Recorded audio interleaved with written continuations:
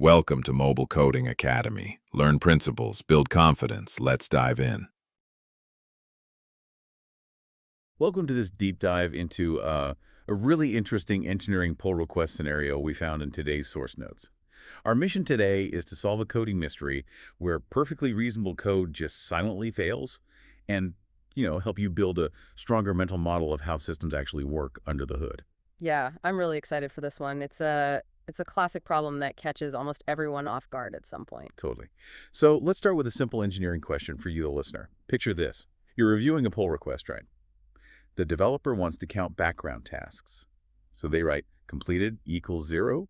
They launch 10,000 background coroutines, and inside each one, they just call completed plus plus F. If 10,000 background coroutines each execute counter plus plus F, what should the final value be?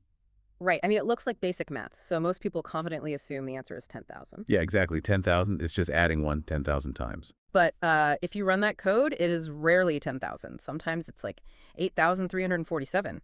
Next time you run it, it might be 9,121 or, I don't know, 9,972. And the crazy part is everything compiles fine. Nothing crashes at all. Wait, really? How can a single increment just disappear? Like it's just a simple plus plus. Well, to understand why the numbers vanish, we kind of have to look at what the computer actually sees rather than what the code looks like, because counter plus plus is, well, it's an illusion. An illusion. What do you mean by that? I mean, it's not a single step. We read it as one thing, but to the CPU, it's actually 3 completely independent operations. It has to read the value, modify it, and then write it back. Okay, so read, modify, write, 3 steps. Exactly. The processor fetches the current value from memory, increments it in the CPU register, and writes a new value back. And when you have 10,000 coroutines running simultaneously, those 3 steps start, interleaving across different threads. Oh, I get it. It's like, imagine 2 people tracking inventory on the same physical whiteboard in an office. Person A reads a 5 foot on the board, but before they can, erase it and write 6 foot, person B walks in and also reads that 5. Yeah, they both see a 5. Right. So they both do the math in their heads, they both write 6 on the board, and leave. We expected a 7 mud because 2 people visited, but we just completely lost an update. That is perfectly stated. That's the classic lost update problem. Because the threads overlap between the read step and the write step, the data just vanishes.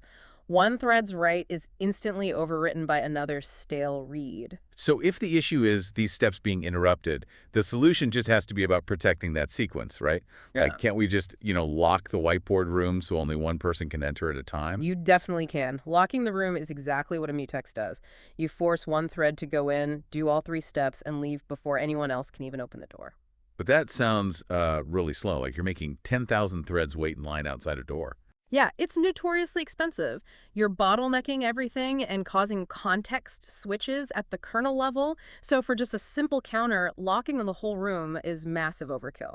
Okay, so if a mutex is too heavy, what's the alternative? How do we protect the counter without locking the room? Well, you push the synchronization down to the hardware level. This is where something like an AtomicInteger comes in. It guarantees that the read, modify, write cycle happens as one single, indivisible hardware step. Wait, how does it actually do that without locking? It uses something called compare and swap, or CAS operations. Basically, instead of blindly trusting that cached read, the thread calculates the new value, goes to write it, and essentially asks the hardware, hey, is the original value still what I think it is? Oh, wow. So if someone else changed the whiteboard while they were doing the math, what happens? The compare and swap operation just fails. The thread realizes the value changed, so it just fetches the new value and tries the whole thing again. It guarantees the cycle is indivisible without actually suspending the thread. That is so much smarter. But, in modern app development, we aren't really just updating simple integers, right? Like we're dealing with complex UI states. Oh, absolutely. But the underlying problem is exactly the same. Right, because if I just reassign a state variable from multiple background threads, I'm going to run into that exact same lost update problem. My UI will just miss state changes. Precisely. And that's why modern frameworks enforce software-level atomic constraints, like StateFlow.update in Android. Under the hood, it's actually using that exact same compare and swap loop. Oh, really? Yeah, it evaluates your current state, applies the changes, and keeps retrying to apply that mutation until it successfully writes without being interrupted by another thread. Man, so it really all just boils down to what the word atomic actually means in engineering. Yes, it means indivisible. That is the ultimate principle to remember here. If another thread can observe or modify your value between the read phase and the write phase, your operation is not atomic. And if it's not atomic, your data is at risk. It's just that simple. Exactly. Whether you're incrementing a counter or managing a complex user interface, you always have to protect the sequence. That totally changes how I look at a simple plus plus. So we'll leave you with a final provocative thought to chew on.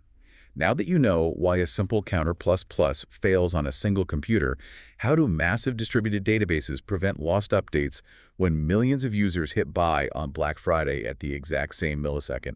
Keep that whiteboard in mind. Thanks for learning with Mobile Coding Academy. See you in the next deep dive.